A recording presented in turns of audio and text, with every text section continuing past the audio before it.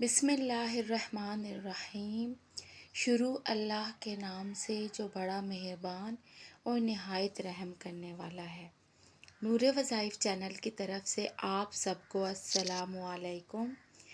آج آپ کو بتایا جائے گا کہ منحوس عورت کی شناخت کیسے کی جا سکتی ہے۔ کون سی عورت منحوس ہوتی ہے؟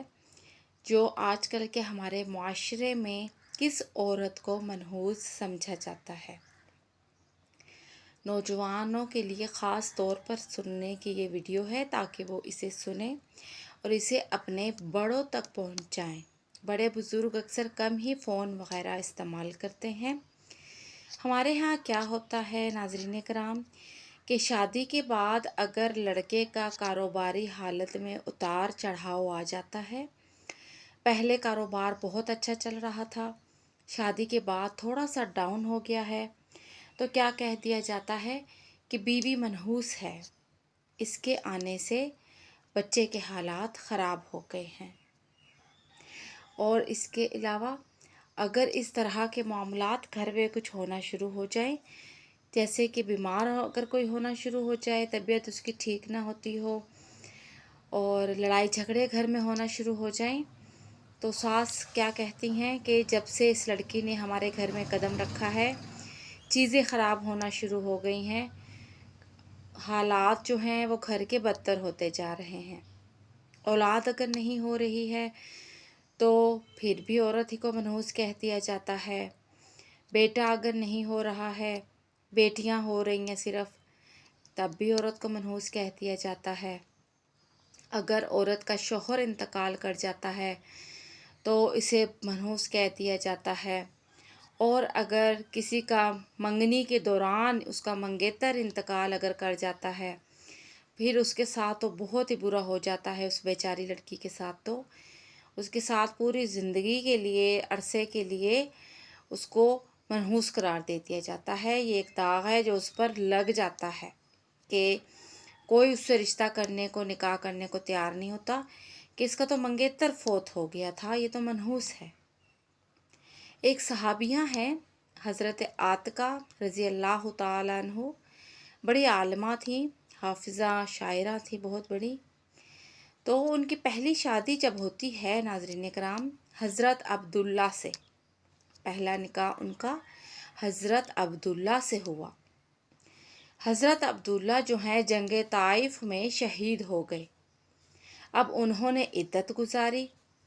اب ان کا دوسرا نکاح ہوا حضرت عمر رضی اللہ تعالیٰ عنہ جو ہیں ان کے بڑے بھائی حضرت زید رضی اللہ تعالیٰ عنہ کے ساتھ۔ اب ان کے ساتھ جو ہے شادی ہو گئی اور حضرت زید بھی جنگ یمامہ میں شہید ہو گئے۔ انہوں نے پھر عدت گزاری۔ اب کی بار ان کا نکاح ہوا حضرت عمر سے ہوا۔ حضرت عمر نے ان کے ساتھ نکاح کر لیا۔ حضرت عمر رضی اللہ تعالیٰ عنہ بھی شہید ہو گئے۔ اب ان کا چوتھا نکاح جو ہوا حضرت زبیر رضی اللہ تعالیٰ عنہ کے ساتھ ہوا۔ حضرت زبیر بھی شہید ہو گئے۔ اب پانچواں نکاح ان کا ہوا نواسہ رسول حضرت امام حسین رضی اللہ تعالیٰ عنہ کے ساتھ۔ حضرت امام حسین بھی کربلا میں شہید ہو گئے۔ یوں 5 مرتبہ انہوں نے نکاح کیا اور جو بھی ان کا شوہر بنتا وہ شہید ہو جاتا، اسے شہادت مل جاتی۔ تو حضرت عبداللہ ابن عمر رضی اللہ تعالیٰ عنہ یہ کہا کرتے تھے کہ اگر کسی شخص کو شوق ہو شہادت کا، وہ یہ چاہتا ہے کہ وہ شہید ہو جائے، تو وہ حضرت عاتقہ رضی اللہ تعالیٰ عنہ سے نکاح کر لے، کیونکہ جو بھی ان کے ساتھ نکاح کرتا ہے وہ شہید ہو جاتا ہے۔ یعنی معاذ اللہ یہ نہیں کہا کہ یہ منحوس ہے، اس کے ساتھ نکاح کرنے والا تو مر جاتا ہے، اس دنیا سے چلا جاتا ہے، ایسا کچھ بھی نہیں کہا، بلکہ ان کی تعریف کی کہ جس کو شوق ہو شہادت کا تو وہ عاتقہ رضی اللہ تعالیٰ عنہ سے نکاح کر لے، وہ شہید ہو جائے گا۔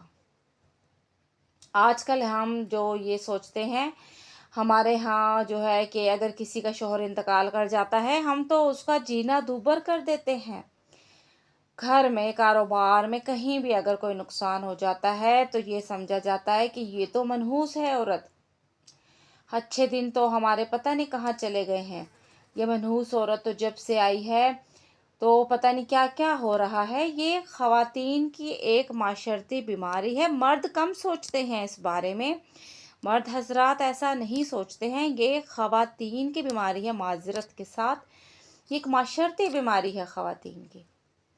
اس سے وہم کرنے لگیں گے، ایسی عورت سے اس سے منحوس سمجھنے لگیں گی، حالانکہ ایسا کچھ بھی نہیں ہوتا ہے۔